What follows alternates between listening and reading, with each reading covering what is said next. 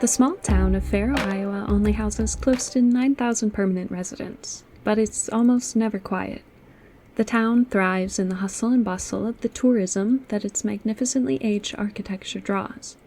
The centerpiece of the town is the grandeur of the old church that was only the second building to be erected on the founding of the town, second only to the community center. The two oldest buildings take up the true center of the town, the steeples of the church towering elegantly over the rest of it.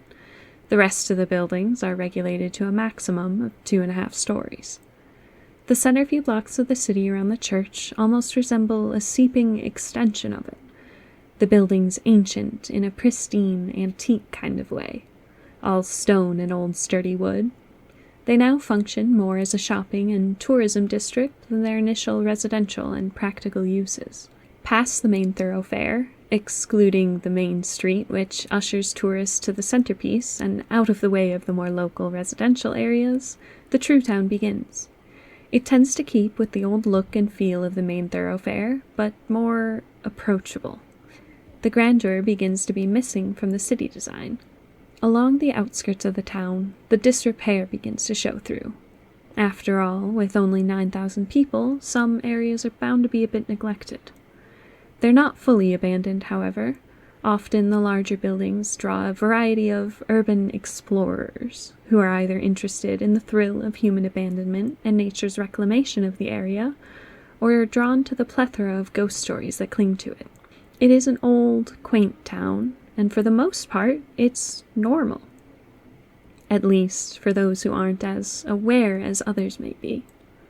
For those who haven't looked in the dark corners of the town, and for those who haven't wandered the old halls of the church late at night, for those who haven't found themselves out alone at the witching hour, Ferrough is a lovely, boring little tourist town.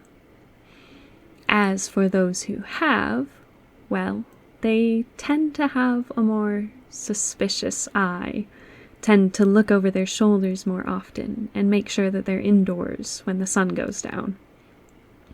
Rarely, there are those few who choose to stay out at night, those who search the shadows for the dark things that hide in them.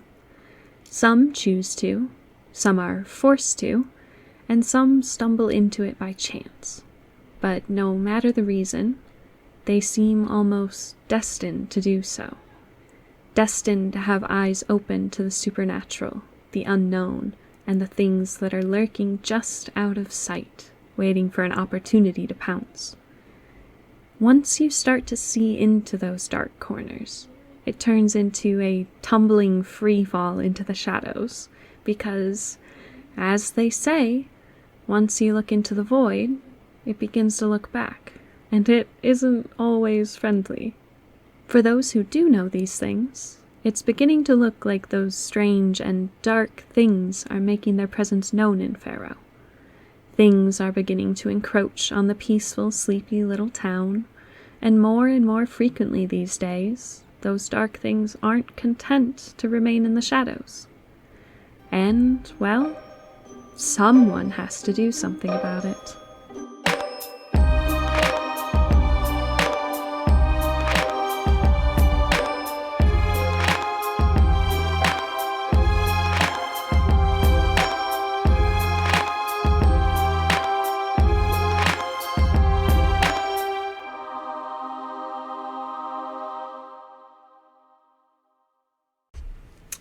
Hello, it is your resident keeper, Faye, here, and I just wanted to stop in quick to say thank you for tuning in to our little preview/introduction.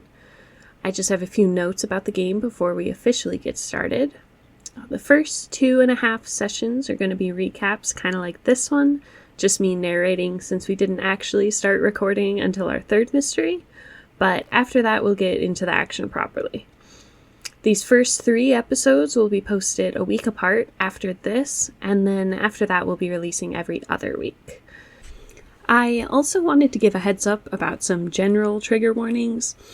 In general, there's going to be a lot of body horror, blood, violence involved, of course, a lot of flesh and weird morphing. What can I say? The Thing 1982 had an effect on me. But with anything specific, there will always be specific timestamps and warnings in the episode descriptions, and I'll give a heads up at the start of the session. If you're looking for more content, character intros, and art, take a peek at our social media where I'll be posting that pretty frequently, as well as sneak peeks at the thumbnails for the next episodes. Again, thank you for listening, and I'll see you next time.